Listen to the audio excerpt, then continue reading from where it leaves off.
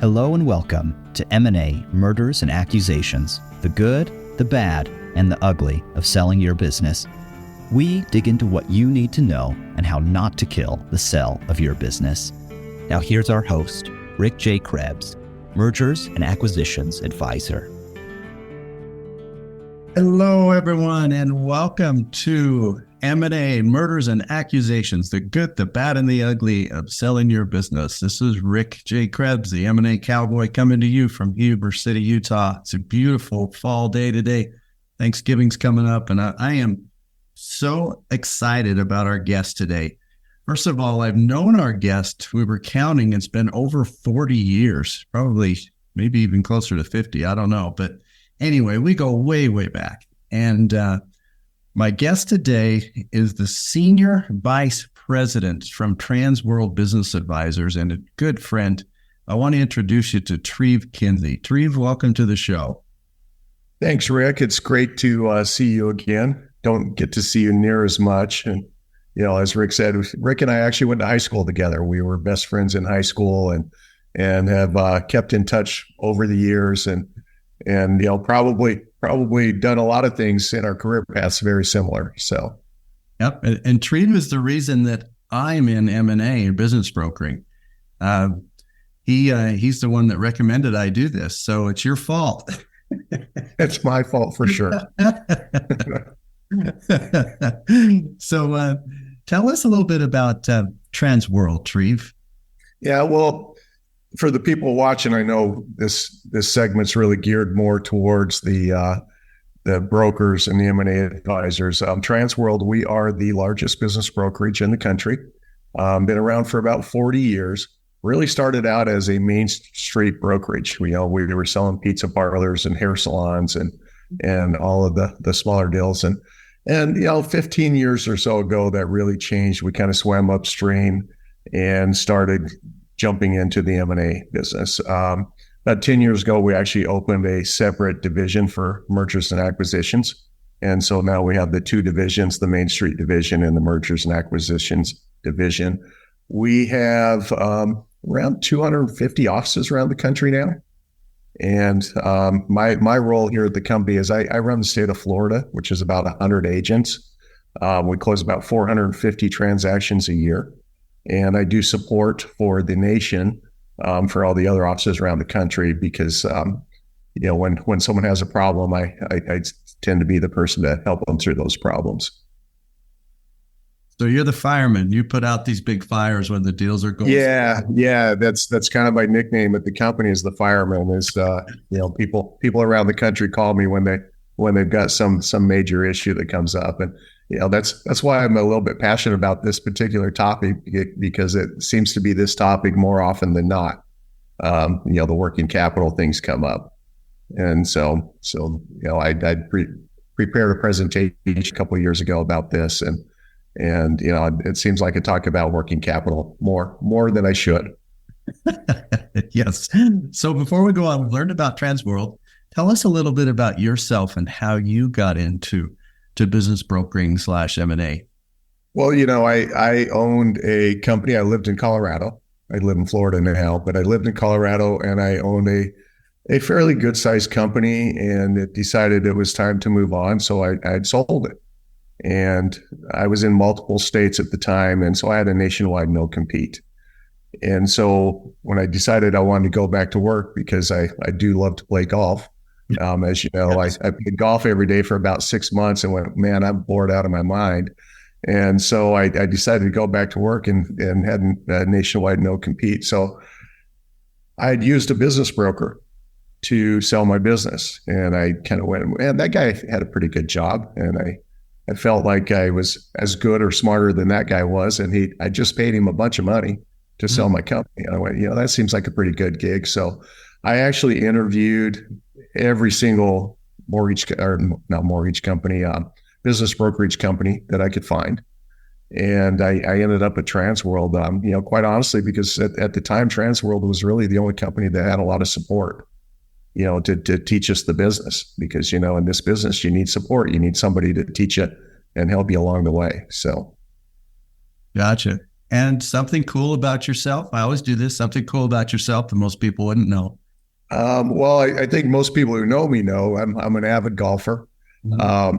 But one of my problems with my golf game is I hate to practice. I love to play and I hate to practice. So I never get better. So I am the same handicap today as I was when I was 15 because I don't like to practice. I think that was the same with basketball and football back in the high school days for both of us. Neither of us like to practice. Yeah, for sure. For sure. All right. So this podcast or this webinar podcast today is about working capital. And it's for business brokers and M&A professional people that are in the business like us. We wanted to get the word out. People may think, oh, you're crazy to try and educate others. But you know what? As the level of the sea rises, all boats also rise. And that's what we feel like is we want to get this word out. We want to tell people about it, people that are in the business doing what we're doing, quite frankly, so you don't get clobbered and so your deals don't die on you in the last little bit. So what typically happens, and as you're going through a transaction, you go through due diligence and, that's 30, 60, sometimes 90 days. You're dealing with banks, you're dealing with attorneys and accountants, and the buyers and the sellers get something called, and Treve has brought this up before, it's called deal fatigue. They're just worn out, aren't they, Treve? They're just...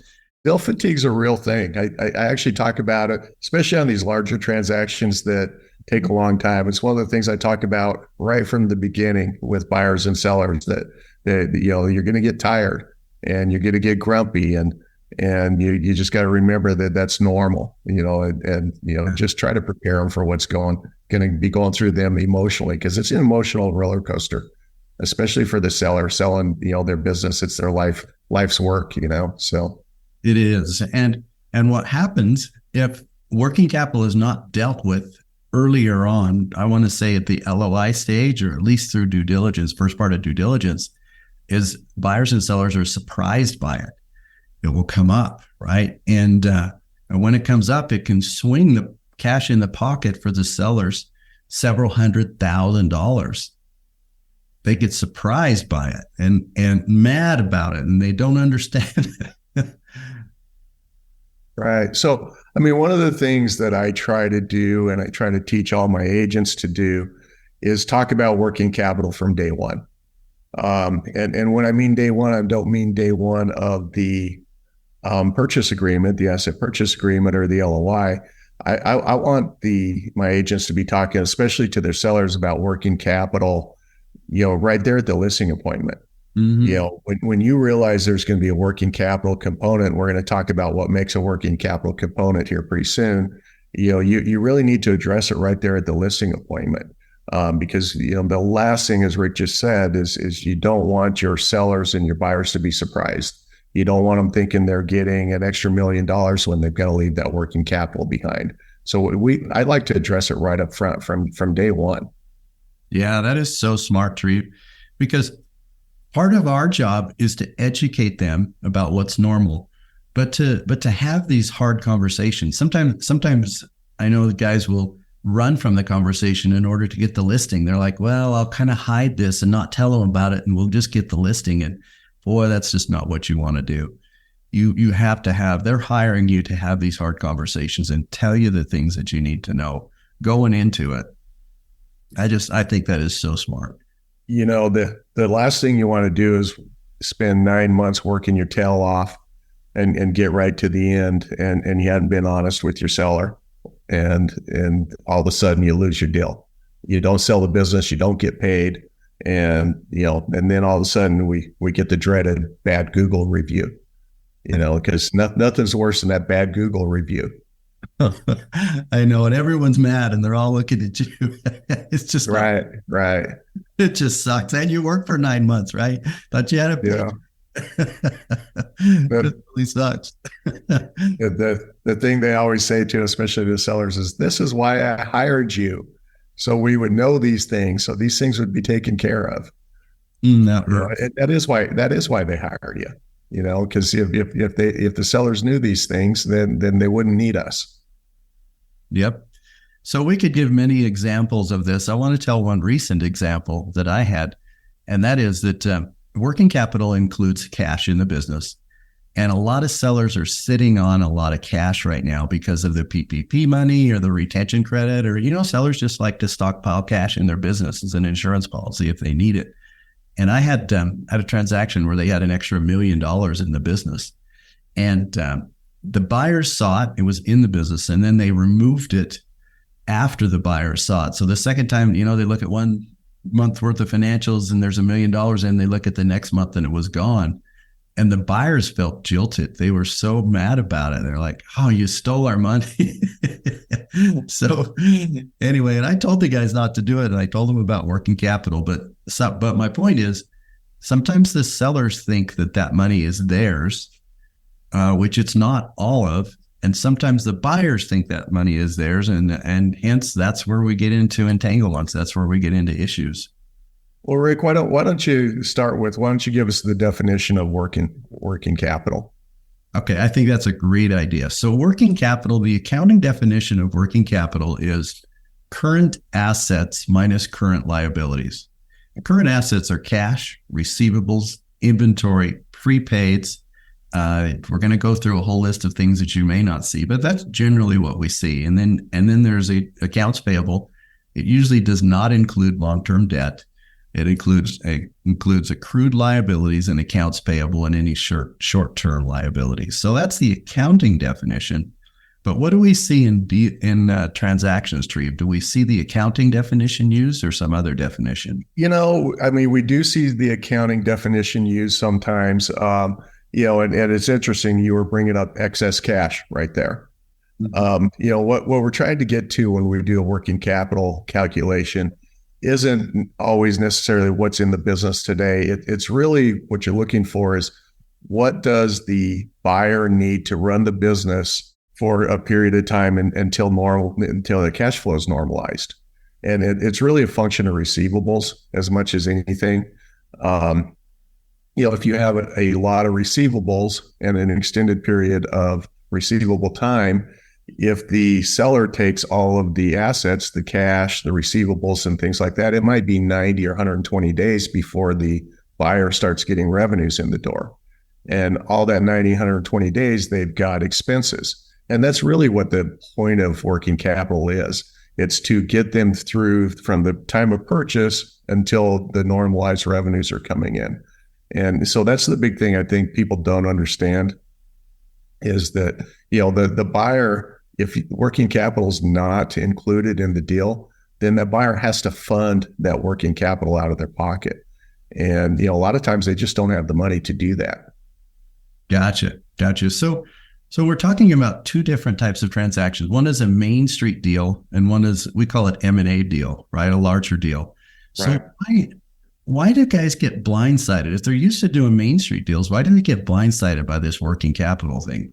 Yeah, well, in Main Street deals, there really aren't a lot of receivables, to be honest. If you sell a pizza place, for example, you make a pizza, they pay it right there at the counter. You don't have receivables. And so that's really what happens is, the Main Street people, especially, they just don't deal with working capital because they typically don't deal with a lot of businesses that have receivables. And to be honest, most businesses don't have receivables. It's typically only larger businesses that have receivables. And, I think that when people ask me, what's kind of a good number to really start worrying about working capital, my kind of answer to that is, if they have over $100,000 in receivables, that's when you really got to start paying attention to the working capital problems. Because that really becomes a cash flow issue for the buyer if that working capital isn't left behind. So it's not necessarily the size of the business, are receivables part of the transaction? Right. Because, look, if you've got receivables and you're not collecting those receivables for 30, 60, 90 days, and you come and buy a business, and let's just say it's 90 days, you come and buy a business, you're not actually going to have any cash flow, any revenue for 90 days till those receivables start coming in.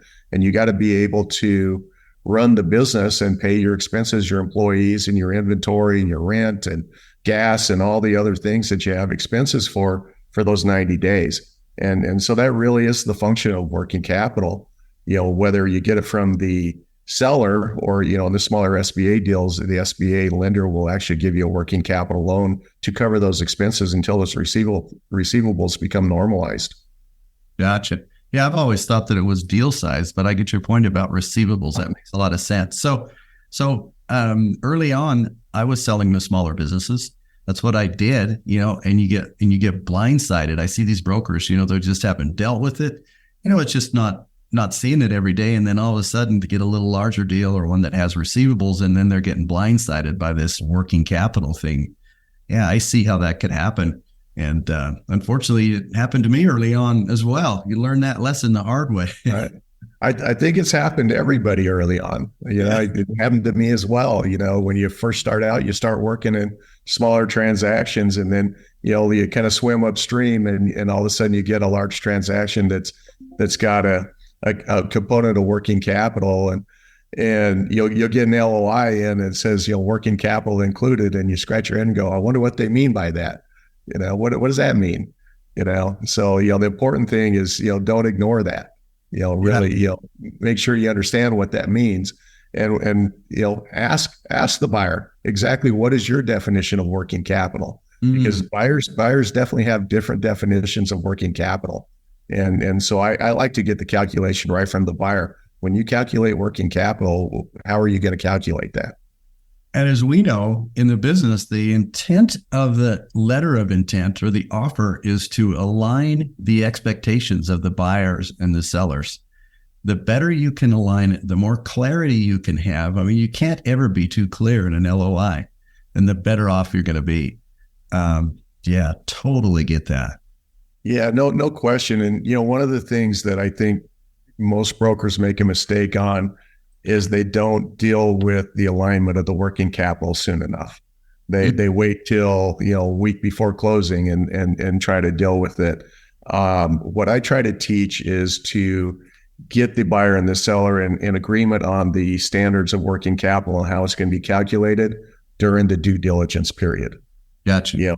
I want to make sure that before we get done with due diligence that they both agree, hey, this is how it's going to work. And, and it might be a little bit of a range. It might be, between $1 million and $1.2 million worth of working capital, but this is how we're going to come up with that number. And that way there aren't any surprises, because you don't want the seller thinking, hey, he's only going to have to leave $100,000 behind. And all of a sudden the buyer a week before closing says 1.2 million. That would kill a deal quickly. Yeah. And I like what you said earlier, like when you're getting the listings, tell the sellers, okay, you're going to have to leave some working capital. Let's put a range here. It'll be between, say, 200 and 400,000. So they know right up front. And then, then once the formula is calculated during due diligence, it comes in on the high range at 400. Sometimes it comes in at the low range, but at least they know. And then your transactions are blowing up. Love that. Absolutely love it. Yeah, and it becomes a function of price when you take in the listing as well, Rick. One of the mistakes I see all the time is brokers will go into deal stats and the business reference guide, and they'll see multiples on these businesses, and they'll find comparable sales, and as we all know, when businesses make more money, they sell for higher multiples. But one of the functions of that higher multiple is that these sellers are leaving working capital behind all the time. Yeah. And one of the mistakes that the agents seem to make a lot is they want to take that multiple and then add the working capital on top of the price. And that's not how it works. The multiple always includes working capital. Gotcha. I mean, we love to add it to the price. I think early on I did the same thing, more commission. We're commission based. We sell it for more, we make more money. But the reality is you're setting unreal expectations for your seller. Exactly. And the buyers will slap you around anyway, bring it down. Oh yeah, absolutely. So we've talked about the need for working capital and how it works. Let's take a minute now and talk about how it's calculated. You mentioned before that SBA has their own calculation. Tell us about that, Treve. Right. So I actually had gotten my when I did my presentation at the Transworld conference a couple years ago, I went to one of the SBA lenders and I asked them for their calculation, how they do it. So what they do is they take the revenues for the year, they subtract the income, and then they subtract any depreciation or amortization. So an example would be if they had $5 million in revenues, they made $1 million. I like to use easy numbers, Rick. Yeah. And they had depreciation of $50,000. That would mean their cash expenditures for expenses is $3.95 million. So what SBA does is they'll divide that $3.95 million by 365 days. And then they will take the receivable cycle and see how long the receivable cycle is. And you say it's a 60-day receivable cycle. They'll take that daily rate times the receivable cycle, and they'll come up with the working capital needs. So, in the example I just gave you, the 3.95, you could divide by that by 365, comes to about $10,800 worth of expenses every day. And if you had a 60-day receivable cycle, the working capital would be $650,000. So that's the way SBA does it. And to be honest, I like the way that SBA does it, because that's really what you're talking about in working capital is you want to make sure the buyer has enough money to pay the bills until the revenues start coming in. And that's really what this is about. Gotcha. So that's more of a income statement or P&L calculation of working capital, where traditional working capital is based on the balance sheet, right? Based on absolutely. Yeah, I like that also. It's more of a working capital calculation. Let's see. And that's always the argument, going back to the excess cash that you're talking about earlier, is, so many businesses leave excess cash in. Mm-hmm. And so, when you're looking at the balance sheets, the working capital that might be on the balance sheet isn't always the working capital that's necessary to run the business. Yep. And get it out. Tell your sellers, get that excess cash out. Let's remove that so the buyers don't see it. I love that. Right. So we've talked about how it impacts the selling price. And what you'll do is you'll calculate a target amount, and then you'll calculate it at the after closing. You'll have a closing date based on an estimated target amount. And then after closing, it can impact your selling price dollar for dollar, either increase it or decrease it based on the final amount of working capital. So that's another reason it's so important, because it goes right to the bottom line. It impacts your selling price for the good or for the negative, depending on how much is there. So sellers anticipating taking a bunch of cash out after closing or right at closing, it stops that. Right. The other way I've seen them do it, Rick, is if it's a little bit higher, the seller's leaving too much working capital behind, I've seen them just remove it. Yep. Prior to, they'll just remove it. And a lot of these deals are asset sales as opposed to stock sales anyhow. Mm-hmm. So the buyer is really just transferring, the monies over to the seller, so you can't just transfer those amounts, higher or lower. But if it's going to be lower, obviously the seller's going to want to pay less money. Yeah. If the buyers want to pay less money for it. I see where right. That's for that's the cleanest. I knew what you meant. Yep. That's the cleanest, just to take it out. Or I see where they'll adjust it through the note. But it does impact selling price, and it does impact the cash in the seller's pocket and cash out of the buyer's pocket. So let's talk about some specific things in the calculation of working capital they don't normally see. These are ways which sellers get tripped up. One is accrued liabilities. A lot of these companies are on cash basis. They use cash basis accounting or modified accrual basis, and they don't do a full accrual financials each month. And so I'll see where they don't accrue their liabilities, but it counts as a negative against them. Vacation. I see a lot of companies where they will just, pay their people as a vacation is taken, but they don't actually accrue it in the books.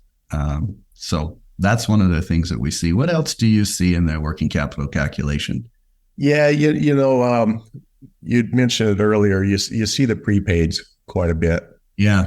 Prepaid expenses, the prepaid insurances, prepaid deposits. You might have prepaids on inventory, things like that. That you have to take into consideration as well.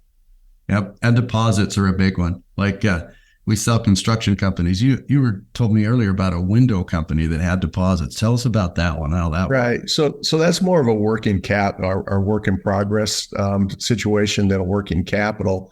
But the gist of it was a business did about $6 million in revenues, made just over $1 million. And when COVID happened, as a window replacement company, the supply chain really got backed up. So instead of getting the windows in a couple of weeks when they would order them, they were 6 to 7 months out, and they would collect 50% deposits from the customers when they would buy them. So when we got into the business, they were sitting on about $1.5 million in deposits. They had 267 outstanding jobs at closing and about $1.5 million in deposits. So the first thing I said at listing is, you guys understand that $1.5 million isn't your money, right? It's your customer's money, and it's going to be the buyer's money to complete these jobs. And one of the tricky things with the accounting portion of it, because they were on a cash basis, they had paid taxes on that money already, and so it really became an accounting issue when they had to leave it behind. So they had to refile taxes and things. But we ended up closing the transaction. It's about $3.5 million transaction, and they literally left $1.6 million in cash behind. So, it was a big number, but none of that was actually working capital. It was all work in progress money. Wow. Oh man. Well, that was really good that you told them, hey, this money isn't your money. This is your buyer. Yeah. Fortunately, I addressed it right up front. I addressed it right at the listing appointment, was when they went over how much they were sitting on these deposits. And, working capital is a different discussion, I guess, but it kind of works the same, because it really is, working capital, work in progress. You're still, at the end of the day, you got to leave money behind to complete those jobs. That's right. And if the brokers out there don't understand working capital, where do they go through the process? I mean, you got your sellers. Where do you go? So, look, there's several education groups out there. The IBBA, for most people, is a great resource for education. That's the whole reason it was, came to pass. I will tell you, at the IBBA, the best class I ever took in all of them has been the working capital class, 10 or so years ago. Because, to be honest, I didn't really understand it. My guy Dakari teaches a class every year at the IBBA. They always, 1 or 2 classes in working capital, because it's such an important portion of what we do.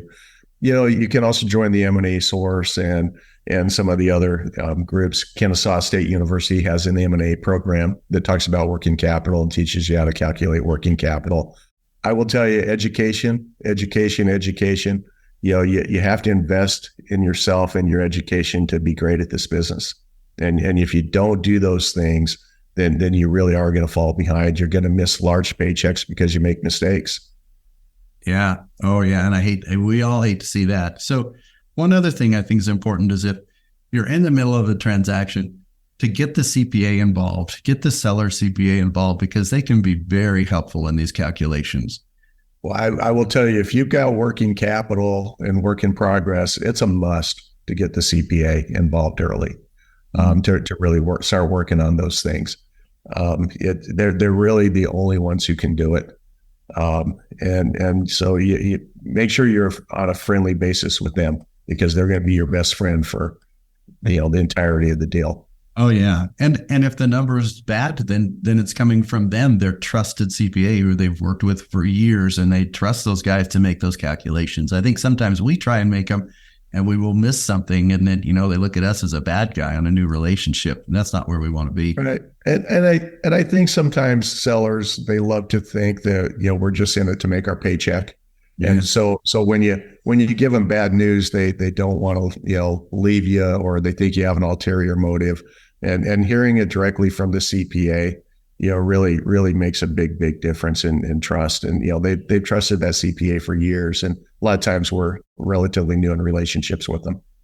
Yeah, I love that. Love that. So there's one thing I wanted to just go through a list here of things that are included in working capital that we often see. One is accrued liabilities. Other one is cost in excess of billings. We see this with engineering firms where they'll have cost in excess of billings or billings in excess of cost, which is a liability. Deferred revenue is a big one that you had in the window company. Deposits, prepaid items, insurance. Oftentimes you'll pay your insurance once a year and it's prepaid. And if you haven't included that in the working capital, you just lose out. You just leave money on the table. Insurance, deposits, rent, any prepaid items. Credit cards, accounts payable, accounts receivable, cash, as we've spoken about, inventory, right? They're going to count the inventory, and WIP. You spoke about WIP, accrued vacation. Trying to think if we one that you hadn't talked about very much. Some of these large places have gift cards out there that they've sold. Yeah. But man, the gift cards, those things will bite you in the rear. You got to address those gift cards. Yep, gift cards, love it. Is there anything else that you can think of that you experience in working capital? Not right off the top of my head. I would tell everyone out there who's listening is, really get with, someone who really understands these things that you can reach out to when you get, things that you don't understand come up. Don't go in blind. Don't try to fake it till you make it. Mm-hmm. Because it is hundreds of thousands of dollars sometimes, and what'll happen is you'll just end up not getting paid. Reach out and ask people. Like I said before, the IBBA is a great resource. There's a lot of people in the IBBA. You can just pick up the phone and call. I know people from the IBBA will call me with questions. People who aren't necessarily with Transworld will call me with questions, and everyone in our industry, or at least most people are in our industry, are more than happy to help somebody out. Mm-hmm. And both Treve and I are members of the IBBA, and I haven't attended any of the summits yet, but Treve's been trying to get me to go for years. But I am a member of the IBBA. Louisville this year. Okay, I'll have to look at it. I'm sure I said that wrong. Somebody will probably send me a nasty email. Louisville, not Louisville. So if you're a business broker and you get an LOI and you're all excited, you're looking at price and it just mentions working capital, don't say, yeah, we'll handle that at closing. Don't just roll over that and accept that LOI. Take care of these problems early on, and you won't have problems in the end. Right. Yep. Well, thank you so much, Treve, for being on the show today. We really appreciate it. And today we're talking about the ugly. What can be ugly? Don't let it be ugly. It definitely doesn't have to be, as long as you're upfront with it. Address the problems day one, and it won't be a problem later. Love it. Absolutely love it. Thanks again, Treve, and have a great. We're close to Thanksgiving, so have a great Thanksgiving. And this is M&A, Murders and Accusations: the good, the bad, and the ugly of selling your business. Thank you. Thanks for having me. Thank you for attending our podcast. We invite you to join us for future episodes of M&A, Murders and Accusations: the good, the bad, and the ugly of selling your business. You can also visit us at www.bsalesgroup.com or email Rick directly at rick@bsalesgroup.com.